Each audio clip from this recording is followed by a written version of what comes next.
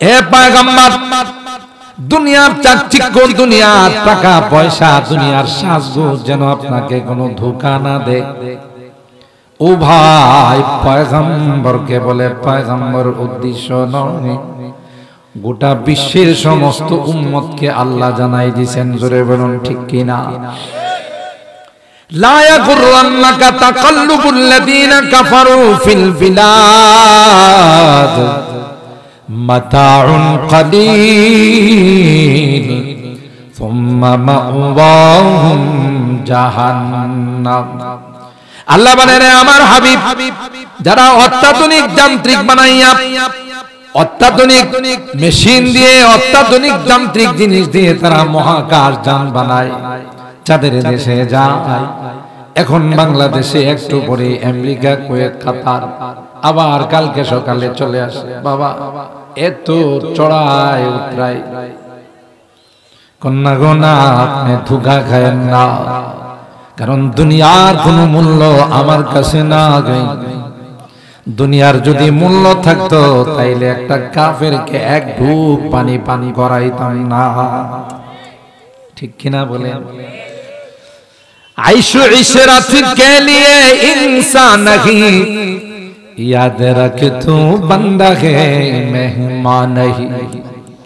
তুমি শ্বশুর বাড়ির জামাই নও যে আরামে ঘুমাইলা, খানার সময় তোমার সামনে খানা চলে আসলো। না না, আল্লাহ ডাক দেয়া কয়, তোমাকে দুনিয়ার জমিনে পাঠাইছি রে পরকালটা সাজানোর জন্য। জোরে বলুন ঠিক কিনা? जगह जी लगाने की दुनिया नहीं है, जगह जी लगाने की दुनिया नहीं है, ये इबारत की जा है तमाशा नहीं है। खेल तमाशार জন্য আল্লাহ দুনিয়াতে পাঠান নাই। আল্লাহ বলেন, ও হাবিব, যারা দুনিয়াতে তামাশা করে, আমোদ ফুর্তি করে, মদের আসরে যায়, নারীবাজি করে, এদের সাথে ইমানদারদের কোনো তুলনা নাই। এরা তো দুনিয়াটা তাদের জন্য জান্নাতুল কাফির। ওমা লাহুম ফিল আখিরাতি মিন খালাক, পরকালে তাদের কোনো অংশ নেই। মৃত্যুর সাথে সাথে তাদের শাস্তি শুরু হয়ে যাবে। সুখ বলতে তাদের কপালে কিছুই নেই। এজন্য লা ইয়াগুররান্নাকা তাকাল্লুবুল লাযীনা কাফারু ফিল বিলাদ। যারা চড়ায় উতরায়, এখান থেকে ওখানে যায়, এটা বানায়, ওইটা বানায়, আরাম আয়েশের যত জিনিস আছে সব বানায়। এটার দৃষ্টান্ত হলো, এখন তো আধুনিক যুগ হয়ে গেছে, টয়লেট গুলো সবার বাড়ির ভিতরে চলে আসে। এক সময় কিন্তু টয়লেট গুলো ছিল বাইরে, খোলা টাঙ্কিতে ছিল না, সাদা সাদা পোকা দেখছেন না আপনারা? টিঙ্কিতে এক পর্যায়ে সাদা পোকাগুলো হতো। এই পোকাগুলো আমি যখন ছাত্র জীবন তখন দেখছি, খোলা টাঙ্কি তো আমরা ব্যবহার করছি মাদ্রাসায়, তখন দেখছি যে এক একটা পোকা এই ময়লা খাইতে খাইতে, পায়খানা খাইতে খাইতে রিটায়ার্ড অফিসারের মতো। কথা বলেন ঠিক কিনা? স্বাস্থ্য টাস্থ্য কি কথা কয় না? স্বাস্থ্য টাস্থ্য দেখলে মনে হয় যে ওরে বাবা কি সুখে যে আছে। আবার ফুটবল খেলে, কখনো ক্রিকেট খেলে, কয়েকজন মিলে মিলে দেখছি যে 4-5 জনে মিলে মিলে কি আনন্দ ফুর্তি, একবার উপরে উঠে আবার নিচে নামে। আছে কই? বাথরুমের ট্যাঙ্কিতে। কথা কয় না? আরে বুঝতেছেন না আমার কথা? আছে হলো বাথরুমের ট্যাঙ্কিতে, খা কি পায়খানা। আর কি আমোদ ফুর্তি, একবারে উপরে উঠে আবার নিচে যায়, খেলাধুলা করে। মানে এদের মতো এরকম শান্তি আর বোধ পৃথিবীর কাহারো। মালিক কি কয়, যখন ট্যাঙ্কিটা ফুল হয়ে যাবে এরপর আমি ব্লিচিং মারব, পাউডার মারব, মারার পরে তোরা যাবে শেষ হইয়া, এরপরে এই ময়লাগুলো সহ তোদেরকে সজমিনে ফেলাই দিব, ওখানে এগুলো উর্বরতার কাজ করবে, অস্তিত্ব থাকবে না। এখন যে কয়দিন আছে তামাশা করে, কথা বলে ঠিক তদ্রুপ দুনিয়াদার যারা পরকাল চিন্তা করে না, হোক সে মুসলমান হোক সে অমুসলিম। মুসলমানের মধ্যে দেখবেন কিছু মুসলমান আছে নামে মুসলমান, কাজে মুসলমান। নামাজ নাই, রোজা নাই, আল্লাহ নাই, বিল্লাহ নাই, কোনো কিছু নাই। কিন্তু যে দিকে হাত দেয় সেদিকে শুধু উন্নতি আর উন্নতি। ব্যবসা বাণিজ্যে উন্নতি, জমি জামাতে উন্নতি, চাকরি নকরিতে উন্নতি। আরে হ্যাঁ কি কই জানে, আমি ভালো, নামাজ পড়ি না, রোজা রাখি না, আমি যে দিকে হাত দিই সেদিকে শুধু উন্নতি আর উন্নতি। কোরআনে আল্লাহ বলেন না, হুকুম আহকাম ব্যতীত, আল্লাহর ইবাদত বন্দেগী ব্যতীত, পয়গম্বরের তরিকা ব্যতীত যদি কোনো উন্নতি দেখা যায়, এটা উন্নতি নয়, চরম অবনতি। এটা চরম অবনতি। কেন? একটা সময় তাকে আল্লাহ এমন ভাবে ধরবেন, তাওবা পর্যন্ত তার নসিব হবে না। ফালাম্মা নাসু মা যুকিরু বিহি ফাতাহনা আলাইহিম আবওয়াবা কুল্লি শাই হাত্তা ইযা ফারিহু বিমা উতু আখাযনাহুম বাউতাতান ফাইযা হুম মুবলিসুন। আল্লাহ বলেন যখন উন্নতির সমস্ত দ্বারগুলো খুলে যায়, সব দিক থেকে যখন উন্নতি হওয়া লাগে, নামাজ পড়ে না, রোজা রাখে না, আল্লাহর হুকুম আহকাম গুলো মানে না, হাত্তা ইযা ফারিহু বিমা উতু আখাযনাহুম বাউতাতান, হঠাৎ করে আমি আল্লাহ তাকে টান দিই। এর আগে তো আমি আল্লাহ ঢিল দিয়েছি, সানাস্তাদরিজুহুম মিন হাইসু লা ইয়ালামুন ওয়া উমলি লাহুম ইন্না কাইদি মাতিন। আল্লাহ বলেন ঢিল দিই, যেমন ফেরাউনকে দিয়েছি, হামানকে দিয়েছি, কারুনকে দিয়েছি, নমরুদকে দিয়েছি, কিন্তু একজনও সাড়া পায় নাই। কথা বলেন ঠিক কিনা? এ মুসলমান ইমানদার, আমাদের জন্য আল্লাহ পাক দুনিয়াটা আরাম আয়েশের জন্য বানায় নাই, দুনিয়াটা তামাশার জন্য বানায় নাই, বরং আল্লাহ দুনিয়াতে আমাদের বলেন কিছুদিন মুজাহাদা করো, কষ্ট করো, হয় একটু কম খাইবা, হালাল খাও। কথা কয় না এ ভাই, দুনিয়া টাকার মধ্যে শান্তি নাই, ঠিক কিনা বলে? মাদ্রাসায় পড়ায়, মসজিদে ইমামতি করে, মসজিদের খাদেমগিরি করে, মুয়াজ্জিনগিরি করে, 10,000 5,000 টাকা বেতন পায়, শাক সবজি দিয়ে পরিবার পরিজন নিয়ে বড় আরামে খায়। আর সাহেবে অফিসে চাকরি করে, তার ম্যাডামও অফিসে চাকরি করে, দুইজনে 1 লাখ করে 2 লাখ টাকা বেতন পায়, কিন্তু ঘরে তালাশ করলে একটু শান্তি পাওয়া যায় না। কথা বলেন ঠিক কিনা? বুঝা গেল টাকার মধ্যে শান্তি নাই, অর্থ সম্পদের মধ্যে শান্তি নাই, শান্তি হলো আল্লাহর হুকুম আহকাম মানার মধ্যে। জোরে বলুন ঠিক কিনা? তাবলীগের জামাত বিদেশ থেকে আসছে, কারগুজারি শোনাইতেছে যে ওখানে কি কি ইমানের দাওয়াত দিচ্ছে। আমি সকাল বেলা যখন ফাজাইলে আমাল পড়তেছিলাম, দেখবেন কিছু দাওয়াতের সাথীরা আছে, সকালবেলা যখন ফাজাইলে আমাল পড়ে তালিম করে, তখন 2-1 বৈশা বৈশা ঘুমায়, মাথা নাড়াচাড়া একটু ঝুঁকে ঝুলে থাকে। খ্রিস্টান অনেক বড় শিল্পপতি, বাসার থেকে জানালা দেয়া দেখে মসজিদের মধ্যে একজনে কি যেন পড়ে, আর বাকি বেশ কিছু মানুষ ঘুমাইতেছে। বিছানা নাই, বালিশ নাই, কোনো এসির ব্যবস্থা নাই। জোরে বলুন ঠিক কিনা? তাড়াতাড়ি করে লিফটের মধ্যে করে নিচে আসছে, আয়সা আমির সাহেবকে কয়, আমির সাহেব তোমার কাজ বন্ধ করো, আগে তোমার সাথীরা ঘুমের কি ওষুধ খাইছে? সুবহানাল্লাহ কইবেন না? আমি এই দেশের সবচেয়ে দামি ওষুধ, ঘুমের জন্য সবচেয়ে দামি ওষুধরা আমি খাই।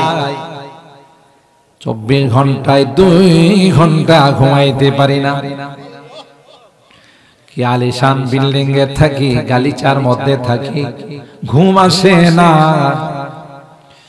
আর এদের কোনো বিছানা নাই, বালিশ নাই, কিছুই নাই, বসে বসে ঘুমাইতেছে। নিশ্চয় আমার থেকে দামি ওষুধ রাখাইছে। কথা কয় না?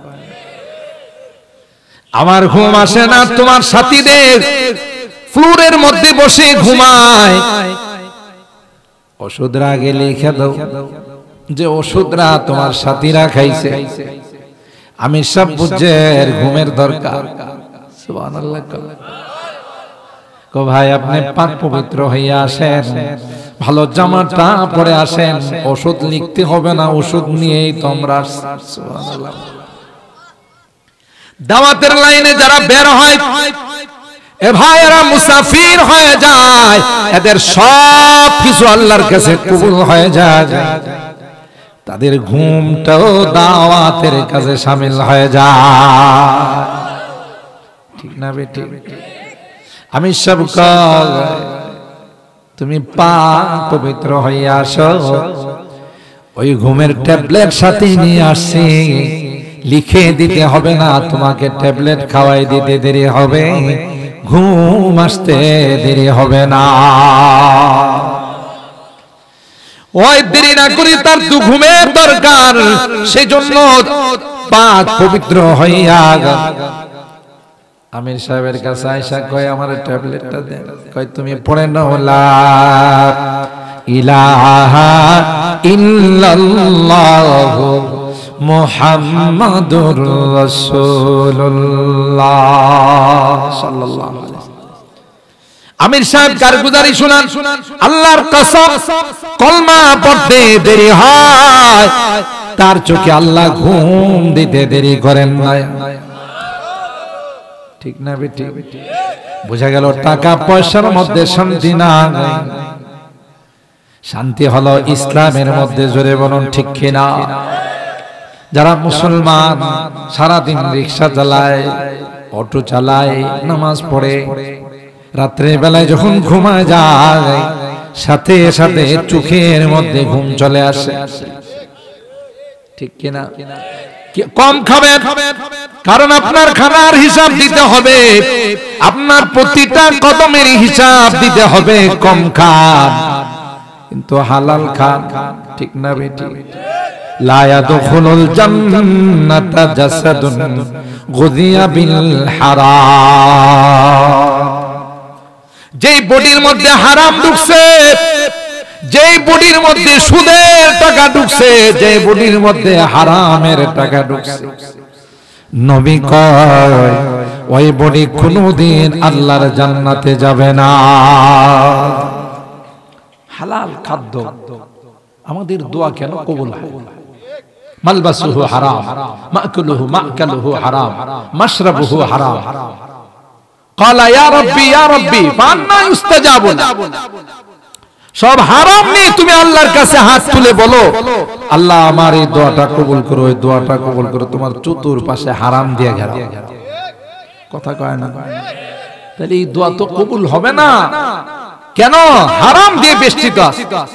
বিজয়ের মাস আমি অনেক মাহফিলে বলে থাকি, আজকে যাদের জন্য আমরা এই স্বাধীনতা পাই, যাদের আত্মত্যাগের বিনিময়ে বিজয় পাই, আমরা তাদেরকে কিভাবে স্মরণ করি? যে সিস্টেমে আমরা স্মরণ করি, মহান বিজয় দিবস আসলে, মহান স্বাধীনতা দিবস আসলে রাত 12টার পর থেকে গান শুরু হয়। আপনাদের সিলেট এলাকায় হয় না, আমি ঢাকার কথা বলতেছি। বিজয় দিবস পালন করে, স্বাধীনতা দিবস পালন করে, শহীদদেরকে স্মরণ করে গান দিয়ে। ওরা কি এই জগতের বাসিন্দা না পরপারের বাসিন্দা, কবরের বাসিন্দা? ঠিক কিনা বলি? এদের আত্মার শান্তির জন্য, এদের রুহের মাগফিরাতের জন্য কি গান দিলে লাভ হবে না কোরআন পড়লে লাভ হবে? এদের আত্মার শান্তির জন্য তুমি 3 বার কমপক্ষে সূরা ইখলাস তিলাওয়াত করে তাদের রুহের মাগফিরাতের জন্য পাঠাও। সুবহানাল্লাহ। জোরে বলো। ওই বাবা আর একটু বাড়ে না সাউন্ড, একটু বাড়াও, একটু ক্লিয়ার করো। তাদের আত্মার শান্তির জন্য 3 বার আর কুল হুয়াল্লাহ শরীফ যদি তিলাওয়াত করে তাদের জন্য দোয়া করা হয়, এদের আত্মা শান্তি পাবে, কিছুটা হলো তাদের হক আদায় হবে।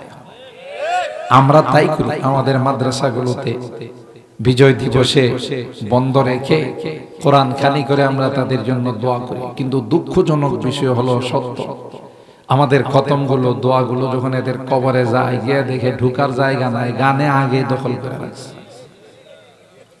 কথা কয় না? তো দোয়াগুলো ফেরত আসে, আয়েশা কয় হুজুর চলে আসলাম। কিনা বাবা চলে আসলা কেন? হুজুর ঢুকার জায়গা নাই, গানে দখল করে ফেলাইছে রাত 12টার পর থেকে। কথা কয় না? আল্লাহ মুশকিল। আল্লাহ বলেন সূরা হজের 41 নম্বর আয়াত, বিজয়ের নিয়ামত যারা পাবে, স্বাধীনতার নিয়ামত যারা পাবে, এই নিয়ামতের শুকরিয়া আদায় করতে হবে, তাহলে নিয়ামত বাড়াই দেবে।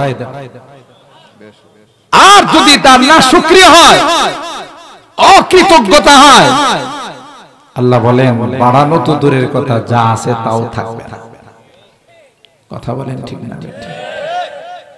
তাইলে এই নিয়ামতের, বিজয়ের নিয়ামতের শুকরিয়া কি? স্বাধীনতার নিয়ামতের শুকরিয়া কি? ইম্মাক্কান্নাহুম ফিল আরদ আকামুস সালাহ। এক নম্বর শুকরিয়া হলো রাষ্ট্রীয় ক্ষমতায় যারা থাকবে ওরাও 5 ওয়াক্ত নামাজ পড়বে, রাষ্ট্রের নাগরিকদেরকে আইন করে নামাজের জন্য বাধ্য করবে। কথা কয় না? ইন্নাস সালাতা তানহা আনিল ফাহশাই ওয়াল মুনকার ওয়ালা যিকরুল্লাহি আকবার ওয়াল্লাহু ইয়ালামু মা তাসনাউন। আল্লাহ ডাক দেয়া কয় নামাজ এমন একটি ইবাদত, যে ইবাদত যদি কায়েম হয়ে যায়, রাষ্ট্রীয়ভাবে আইন করে যদি নামাজ কায়েম করা হয়, যদি কোনো নাগরিক নামাজ না পড়ে তাকে যদি পানিশমেন্ট দেওয়া হয়, নামাজের টাইমে মার্কেটগুলো যদি বন্ধ রাখা হয়, অফিসগুলো যদি বন্ধ রাখা হয়, আল্লাহর কসম করে বলতে পারবো এই রাষ্ট্রের মধ্যে কোনো চুরি ডাকাতি বেহায়াপনা অশ্লীলতা থাকবে না। কারণ কোরআনে আল্লাহ বলেন ইন্নাস সালাতা তানহা আনিল ফাহশাই ওয়াল মুনকার, নামাজ এমন একটি ইবাদত যে ইবাদত সব রকমের গর্হিত কাজ থেকে মানুষকে বিরত রাখে। জোরে বলুন ঠিক কি না? যে ব্যক্তি নামাজ পড়বে সে কোনোদিন 2 নাম্বারই করতে পারে না। আজকে যে কোনো জায়গাতে আপনি যাবেন, একটা পিউনের কাছেও যদি যান, পাতলা মাল সারা ফাইল পর্যন্ত নড়াচড়া করে না। কথা কয় না? পাতলা মাল বুঝেন? একটা গ্রাম্য শালীর দরবার করলে ওখানে বান্ডিল বিনিময় না হলে কথা কয় না। আপনাদের এলাকায় নাই, আমার এলাকার কথা বলতেছি। আর এই গন্ডগোল লাগানোর জন্য এক শ্রেণীর সর্দার মাতবর আছে, মিট করার পরিবর্তে আরো লাগাই দেয়। যদি কেউ কাউকে কিছু বলে, আয়সা যদি হ্যাঁ শুনে আয়সা কই বেটা তুই কি পুরুষ না কাপুরুষ, তোরে কয়া ফেলাইছে, তুই কোনো জবাব দিস না বেটা, তুই হাতিকে ছুরি ভরে বসে আসছ। উত্তেজিত করে না? বল ইনসাফ নাই, বিচার নাই, কোথাও নেই বিচার নাই, যার কারণে গোটা সমাজ শুধু জুলুমে ভরপুর হয়ে আছে। জোরে বলুন ঠিক কিনা? ও ভাগ, বিচার থাকলে বড় বড় আল্লাহওয়ালা আলেমরা জেলখানায় বন্দী থাকতো না। কথা কয় না? যে জেলখানা থেকে গায়িকারা, মদের কেসের আসামিরা, বিভিন্ন কেসের আসামিরা মেহেন্দি দিয়ে বের হয়ে যায়, আর শাইখুল হাদিসরা জেলে পুড়ে মারে। কথা বলেন ঠিক কিনা? এটা তো আমার কথা নয়, আল্লামা কামালউদ্দিন দামিরি রাহমাতুল্লাহি আলাইহি হায়াতুল হাইওয়ান নামক কিতাবের মধ্যে লেখেন, যেই সমাজে, যেই দেশে, যেই রাষ্ট্রে ন্যায় বিচার থাকে না, সেই সমাজে সুকুন বসবাস করে না। আপনাদের এলাকায় আছে, শিলডুয়ার এলাকায় আছে সুকুন। এখন দেখেন, আগে ছিল না, এখন নাই, বোঝা গেল সামাজিক ভাবেও নেই বিচার নাই, রাষ্ট্রীয় ভাবেও নেই বিচার না। এটা আমার কথা না, এটা আল্লাহর ওলিদের কথা। আর ভাইরা, আমি নিজে সাক্ষী, এক নেতার জুতা টানতো, পয়সা বলতে কিছুই ছিল না। আমি একদিন আমার গাড়ি নিয়ে দোকানের মধ্যে বসা, মোবিল পাল্টাবো, হঠাৎ করে দেখি একটা দামি গাড়ির থেকে একজন নামছে। নামার পরে আমি তো চিনি না, পালাইছে, আমারে চিনে নাই। কারণ আমার রুমে যে নেতা ঢুকতো, নেতা ছিলেন মসজিদের সেক্রেটারি, নেতার জুতা নিয়ে ভিতরে ঢুকতো। এত সুন্দর গাড়ি, যে গাড়িটার দাম 40 লাখ টাকা। দোকানের মালিককে আমি বললাম গাড়ি নিচে, কয় স্যার গাড়ি নিচে বেশ কয়েকদিন। আমি বললাম হাই রে, কিছুদিন আগে জুতা টানতো, এখন এত বড় লোক হয়ে গেছে। এটা কি হালালে হইছে না হারামে? কথা কয় না। দুনিয়ার বড় লোক হওয়ার জন্য, দুনিয়ার শিল্পপতি হওয়ার জন্য তুমি হারাম খাইছো। নবী কয় যেই বডির মধ্যে হারাম ঢুকছে, এই বডি কোনোদিন আল্লাহর জান্নাতে যাবে না। ঠিক কিনা বলেন? হাদিসে পাকের মধ্যে আল্লাহর হাবিব বলেন, মান আকালা তাইয়িবান ওয়া আমিলা বিসুন্নাতিন, যে ব্যক্তি পবিত্র খাবার গ্রহণ করবে, সুন্নত মোতাবেক আমল করবে, সুবহানাল্লাহ বলেন, হালাল খাবার গ্রহণ করবে, সুন্নত মোতাবেক আমল করবে, ওয়া আমিনান নাসু বাওয়াইকাহু, তার প্রতিবেশী মানুষজন তার জুলুম থেকে, অন্যায় থেকে, অত্যাচার থেকে নিরাপদ। নবী কয় তিনটা কাজ যে করতে পারবে, আমি পয়গম্বর বললাম দাখালাল জান্নাহ। সুবহানাল্লাহ বলেন।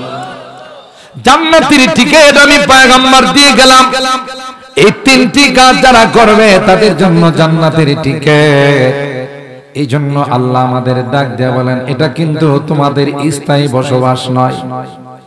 তোমাদের বাবা আদম ছিলেন জান্নাতে, মা হাওয়া জান্নাতে ছিল, তোমরা জান্নাতের বাসিন্দা। সুবহানাল্লাহ বলেন। ঠিক কিনা বলে? ওয়ালাকুম ফিল আরদি মুস্তাকার। আদম আর হাওয়া যখন গাছের ফল খেয়ে ফেললো, দুইজনে 350 বছর আল্লাহর কাছে কান্না করছে। কত আল্লাহ পাক তখন কুদরতি হাত মাথায় বুলাইয়া কয়, ওয়ালাকুম ফিল আরদি মুস্তাকার। এ আদম কান্দিস না, হাওয়া কান্দিস না। দুনিয়াতে তো চিরস্থায়ী থাকার জন্য পাঠাই নাই, মুস্তাকার সামান্য কিছুদিন বসবাস করবে। ওয়া মাতাউন ইলা হিন, কিছুদিন ওখানে তোমরা উপকৃত হবে। নতুন বিয়ে হলে মেয়েটা যেমন বাবার বাড়ি ছেড়ে গেলে কান্না করে, এতদিন মার কোলে ছিল, বাবার কোলে ছিল, সবার আদরে ছিল। কথা বলেন ঠিক কিনা? হঠাৎ করে স্বামীর বাড়িতে যাচ্ছে, হঠাৎ করে শ্বশুর বাড়িতে যাচ্ছে, অনেক কিছু চিন্তা ভাবনা করে চোখ দিয়া জার জার করে পানি বের হয়। হায় হায়, কেমন যেন হয় শ্বশুর, কেমন যেন হয় শাশুড়ি, কেমন যেন হয় শ্বশুর বাড়ির মানুষগুলো। তার এই কান্না থামানোর জন্য মা বাবা মাথায় হাত বুলাইয়া বলে, মা কান্দিস না, যা যা, তুই এক রাস্তা দিয়ে যাবে, কালকে আবার আরেক রাস্তা দিয়ে নিয়ে আসবি। কথা কয় না? এক রাস্তা দিয়ে তুই আজকে যাবি, কালকে তোমাকে নিয়ে আসবো, কান্দো না। ঠিক আল্লাহ আদম আর হাওয়াকে বলে, কান্দো কেন? চিরস্থায়ী জীবনের জন্য তোমাকে দুনিয়াতে পাঠায় না আমি আল্লাহ। তো তোমাদেরকে এতদিন জান্নাতের ভাড়াটিয়া হিসাবে রাখলাম, এখন তোমাদেরকে আমি আল্লাহ দুনিয়াতে পাঠাইলাম। এত সুন্দর জান্নাত, এত বিশাল জান্নাত শুধু তোমাদের দুইজনের জন্যই বানাই না, তোমাদের সন্তানদেরকে নিয়ে এতদিন ছিলে ভাড়াটিয়া, এখন জান্নাতের মালিক হইয়া তোমরা জান্নাতে আসবা। এই দুনিয়ার জিন্দেগিতে রেজিস্ট্রেশন করতে হবে। ওখানে রেজিস্ট্রি অফিস নাই। যারা এই দুনিয়াতে জান্নাতের রেজিস্ট্রেশন করতে পারছে, জান্নাতের মালিকানা নিতে পারছে, ওরা সফল কাম। আর যারা এই দুনিয়ার মোহ পড়ে, দুনিয়ার চাকচিক্যে পড়ে, দুনিয়ার ধোঁকায় পড়ে জীবনটাকে বরবাদ করছে, এরা চিরকালের জন্য ক্ষতিগ্রস্ত। কথা বলেন ঠিক কিনা? দুনিয়ার মতো এত বড় একটা ধোঁকাবাজ আর কিছুই নেই। আমার মতো আপনার মতো কত মানুষ কি দুনিয়া, কত লোভ দেখাই, সময় মতো দুনিয়ার লাথি মাইরা বিদায় করে। কথা বলেন ঠিক না? মুহতারাম হাজিরিন, এই জন্য সুখে থাকলেও জীবন যাবে, দুঃখে থাকলেও যাবে, আরামে থাকলেও তার যাবে, কষ্টে থাকলেও যাবে। বুদ্ধিমান ওই ব্যক্তি যে ব্যক্তি এই দুনিয়া দিয়ে পরকাল কামাইছে। কথা বলেন ঠিক কি? আমার যুবকদেরকে আমি ধন্যবাদ জানাই, মোবারকবাদ জানাই। শুধু আজকে এখানে নয়, গোটা বাংলাদেশে আমরা সফর করি। যত বড় বড় ইসলামী মহাসম্মেলন, আলহামদুলিল্লাহ যুবকরাই সম্মেলনগুলো করে। সুবহানাল্লাহ বলেন। একটা সময় কিন্তু যুবকরা বাউলা গান, কলের গান, গানের আসর, কথা বলেন ঠিক কিনা, এগুলোর ব্যবস্থা করতে। কিন্তু আমার এই যুবকরা এখন কয় না, এগুলো করলে জাহান্নামে যাইতে হবে। এই যুবকদের মাহফিলের কারণে একটা মানুষ যদি তার জীবনের মধ্যে চেঞ্জিং চলে আসে, পরিবর্তন চলে আসে, নামাজি হয়ে যায়, তাইলে তাদের এই মাহফিল সার্থক। কথা বলেন ঠিক না? আমি তো বলি যে সকল যুবকরা এই সুন্দর সুন্দর আয়োজন করে, আল্লাহ পাক তাদের এই আয়োজনের কারণে, তাদের এই মাহফিলের কারণে আসহাবে কাহাফের যুবকদের সঙ্গে জান্নাতের ফয়সালা করে ইনশাআল্লাহ। বলেন ইনশাআল্লাহ। কিন্তু শর্ত হলো শুধু মাহফিল করায় বসে থাকলেই চলবে না। মাহফিলের পর যেমন মাহফিল করতেছি মানুষকে দিনের দাওয়াত দেওয়ার জন্য, মাহফিলের পর আমাকেও নামাজি হতে হবে। ঠিক কিনা বলেন? তাইলেই আমার এই মাহফিল আমার জন্য সার্থক হবে। তো মুহতারাম হাজিরিন, আল্লাহ পাক আমাদেরকে ক্ষণস্থায়ী জিন্দেগিতে পাঠাইছেন। আমরা একসময় রূহের জগতে ছিলাম, সেই রূহের জগৎ থেকে আমরা আসছি মার পেটের জগৎ। ওখান থেকে বর্তমানে 3 নাম্বার জগৎ দুনিয়াতে আছে। এর পরের জগতের নাম কি বলেন? বলেন বরজাখ, কবরের জগৎ। এখানে যেই রকম হবে ওখানে সেই রকম হবে। দেখতে দেখা গেলেও যে মাটির দিয়ে শোয়াই দিছে, কিন্তু হাদিসে বলে, কোরআনে বলে, যারা দুনিয়ার জিন্দেগিটা সুন্দর করে সাজাইছে এদেরকে দেখতে দেখা গেলেও মাটিতে আল্লাহ জান্নাতি গালিচা বিছাই দিয়েছে। গায়ে কোনো কাপড় না থাকলেও আল্লাহ জান্নাতি কাপড় পরায়। সুবহানাল্লাহ। তো ইনশাআল্লাহ আমরা আমাদের এই দুনিয়ার জিন্দেগিটা বানানোর চেষ্টা করি। ঠিক না বে ঠিক? আমি আপনাদের সময় কম দিলাম, মন খারাপ করবেন না। বিশেষ করে আমার এই কলেজার টুকরা যুবকদেরকে বলবো, যেহেতু অনেক দূরের থেকে আমি আসছি, এই জন্য অল্প সময় কিছু কথা আপনাদের খেদমতে আরজ করলাম। আবার নেক্সটে কখনো আল্লাহ তাআলা তৌফিক দিলে লম্বা আলোচনা করব ইনশাআল্লাহ। আল্লাহ তাআলা আমাদেরকে শেষ পর্যন্ত বসে যত আলোচনা হবে উলামায়ে কেরামদের, তাদের আলোচনা শুনে আখিরি মুনাজাত করে যাওয়ার তৌফিক দান করুন। বলুন আমিন। ওয়া আখিরু দাওয়ানা আনিল হামদুলিল্লাহি রাব্বিল আলামিন।